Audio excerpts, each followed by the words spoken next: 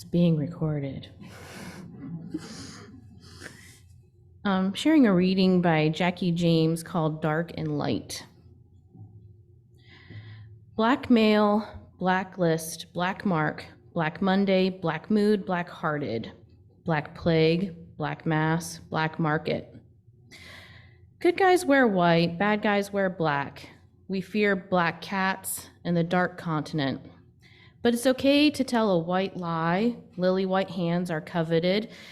It's great to be pure as the driven snow. Angels and brides wear white. Devil's food cake is chocolate. Angel's food cake is white. We shape language and are shaped by it. In our culture, white is esteemed. It is heavenly, sun-like, clean, pure, immaculate, innocent, and beautiful.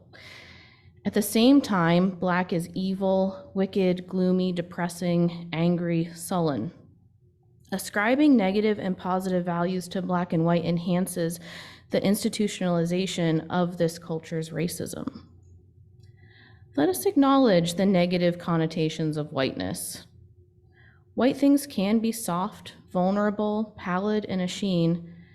Light can be blinding, bleaching, enervating. Conversely, we must acknowledge that darkness has a redemptive character, that in darkness there is power and beauty. The dark nurtured and protected us before our birth. Welcome, darkness. Don't be afraid of it or deny it. Darkness brings relief from the blinding sun, from scorching heat, from exhausting labor. Night signals permission to rest, to be with our loved ones, to conceive new life, to search our hearts, to remember our dreams. The dark of winter is a time of hibernation. Seeds grow in the dark, fertile earth. The words black and dark don't need to be destroyed or ignored, only balanced and reclaimed in their wholeness. The words white and light don't need to be destroyed or ignored, only balanced and reclaimed in their wholeness. Imagine a world that had only light or dark. We need both, dark and light, light and dark.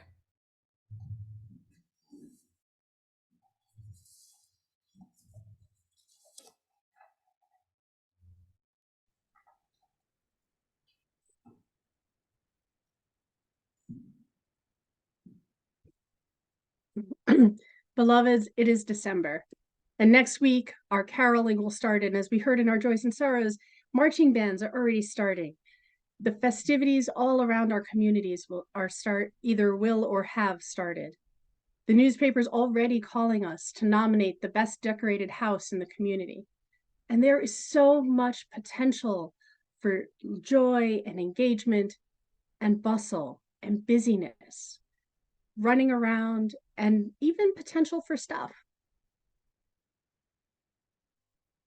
Over the past 5 years, I made a shift from a busy life to a full life, as we talked about when I offered Adrienne Maree Brown's poem a few weeks ago. We're on the precipice of the societal call to busyness.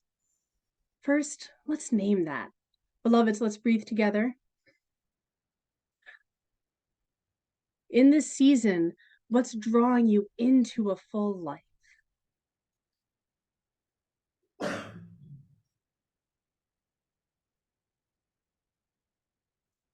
And in what ways, if any, do you feel pulled toward the busyness?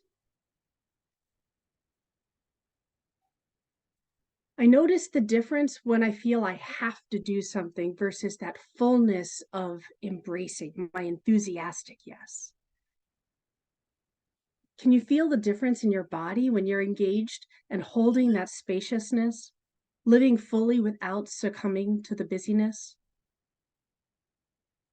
Beloveds, this is a time as part of our earth is tilted away from the sun and night is lengthening, we're invited into rest. The rest of the earth, the rest of our bodies, and the rest of our spirits. Before electric lights, it's been suggested that our sleep followed a seasonal day-night pattern too. and truly was a season of rest. Our ancestors rested in the dark, long nights and celebrated the balance of the equinox and returning light, as we will in a few weeks. I love the embodied spirituality of living that deep connection to nature. Our Jewish siblings are in the midst of celebrating Hanukkah, the Jewish festival of lights, celebrating the miracle of oil that burned for 8 days. Have we been in a hard time or a place where an unexpected light or joy appeared? For this ritual, the light of the candles are a metaphor for joy. And joy is also a spiritual practice. Joy as a spiritual practice is probably both most helpful and challenging when practiced in hard times. We lit our menorah earlier in the service, and we are going to let the candles burn themselves out according to the ritual. We can enjoy the cheery glow of the light just for the joy of it. It isn't meant to be functional. This is a light for joy. ReformedJudaism.org reminds us that Hanukkah means dedication. It's a festival that commemorates the purification and rededication of the temple following an occupation by a conquering Syrian king who outlawed Judaism. A priestly family, the Maccabees, ill-equipped, ill-trained, and way outnumbered, are storied to have miraculously won 2 major battles and reclaimed the temple. And as most really good stories do, the story changes over time. Centuries later, the story of a single jar of oil, which was usually measured to be enough for 1 day, appeared in the Talmud. Very loosely, the Talmud is a written intergenerational rabbinical conversation as the Jewish religion is practiced and contextualized in different times and places. The single jar of oil was all there was in the temple for rededication and used to light the Ner Tamid, the central light over the ark in the synagogue that symbolizes God's presence. A runner went for more oil, and the trip took 8 days. And miraculously, the single jar lasted for 8 days. That is a beautiful story. The light of humanity and the divine and religious community surviving and thriving and emerging even stronger in the face of invasion, war, and occupation. And beloveds doing it together. There is no single hero in that story. It is a community. So may the light of love live in our spirits and communities through this season, however we celebrate it. So beloveds, I'm going to invite you to turn to a neighbor or in the chat and share a cultural touchstone or ritual or experience that's important to you in this season.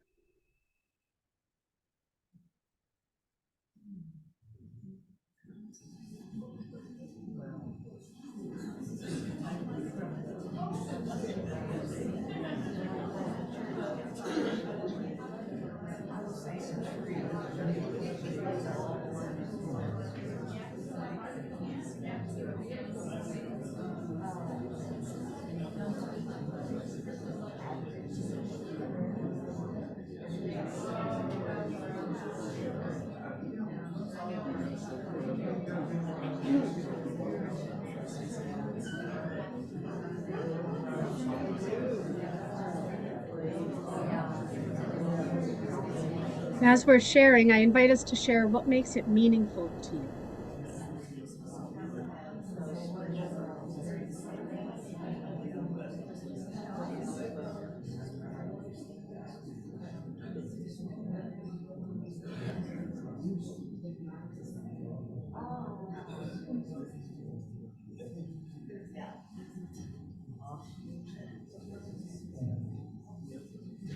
May we honor what is meaningful, surrounded by the warmth of family, given and chosen, friends, and other loved ones.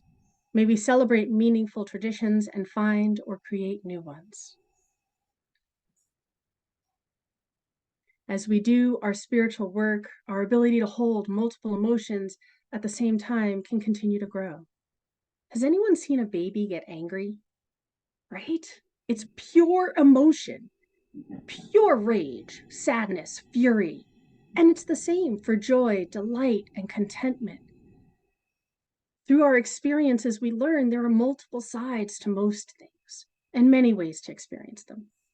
This growth can enrich our daily experiences and equip us to grow through the changes in life. And sometimes very beloved traditions remind us of those who are no longer with us. Some traditions are no longer accessible to us. And sometimes the gathering has changed in a way that embodies both loss and light. For some of us, there may be nowhere or no one to gather with. And beloveds, that's why communities that welcome all, everyone, with all that they are, such as ours, are so important. I'm so grateful for the brunch we'll be offering on Christmas Eve.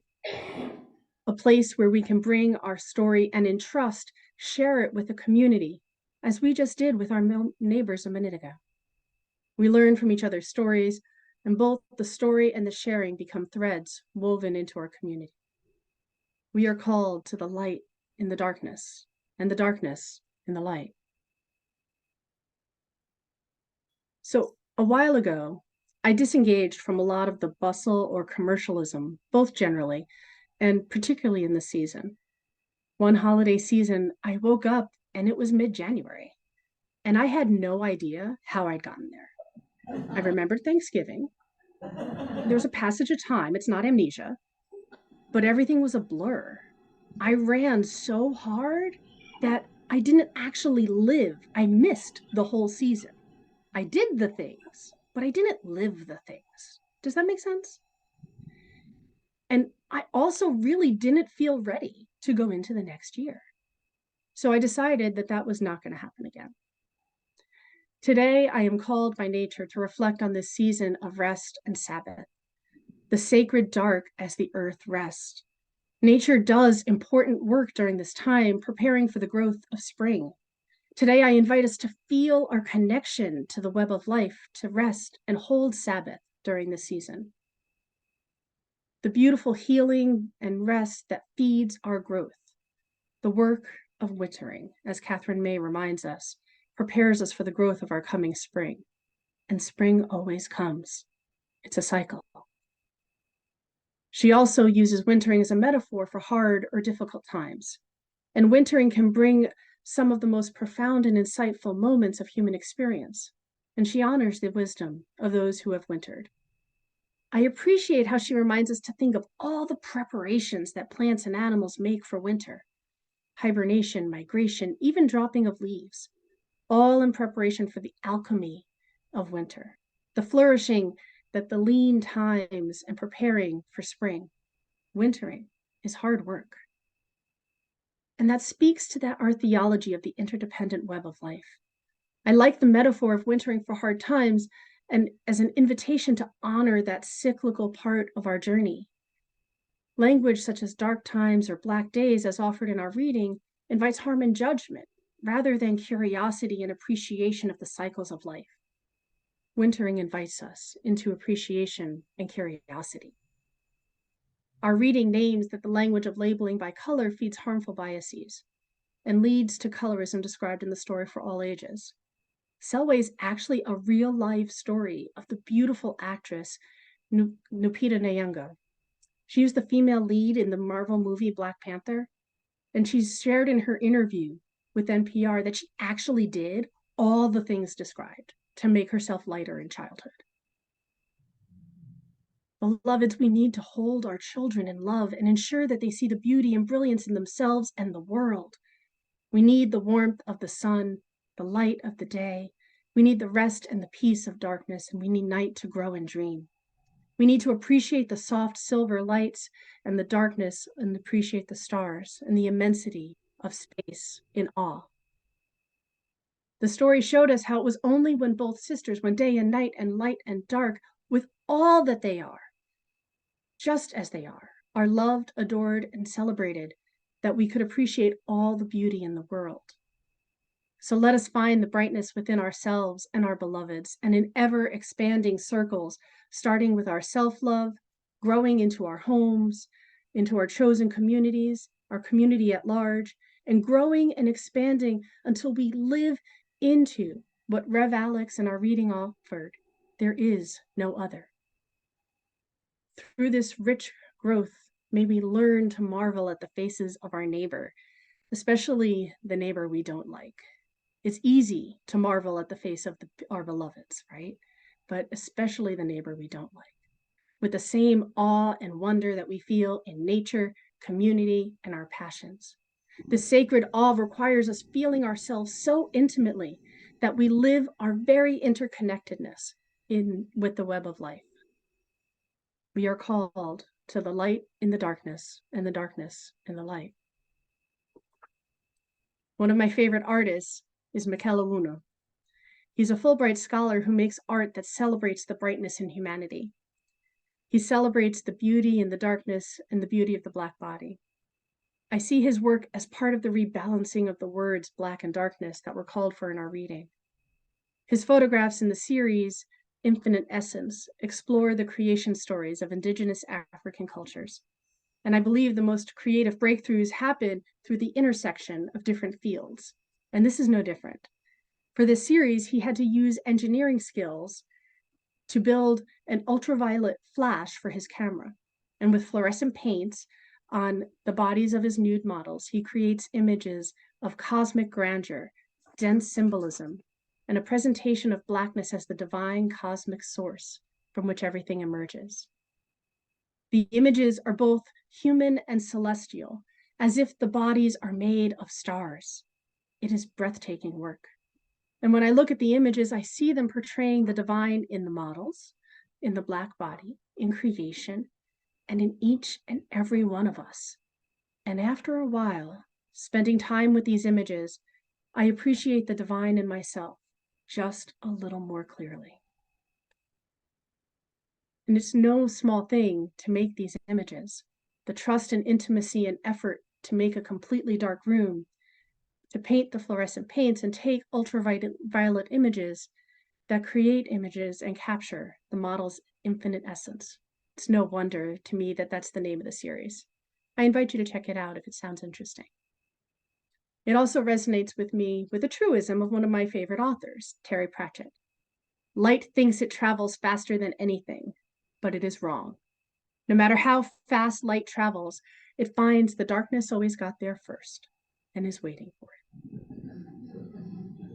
it.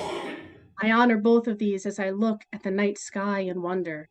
And as a spiritual practice, I strive to bring that wonder back into my everyday relationships.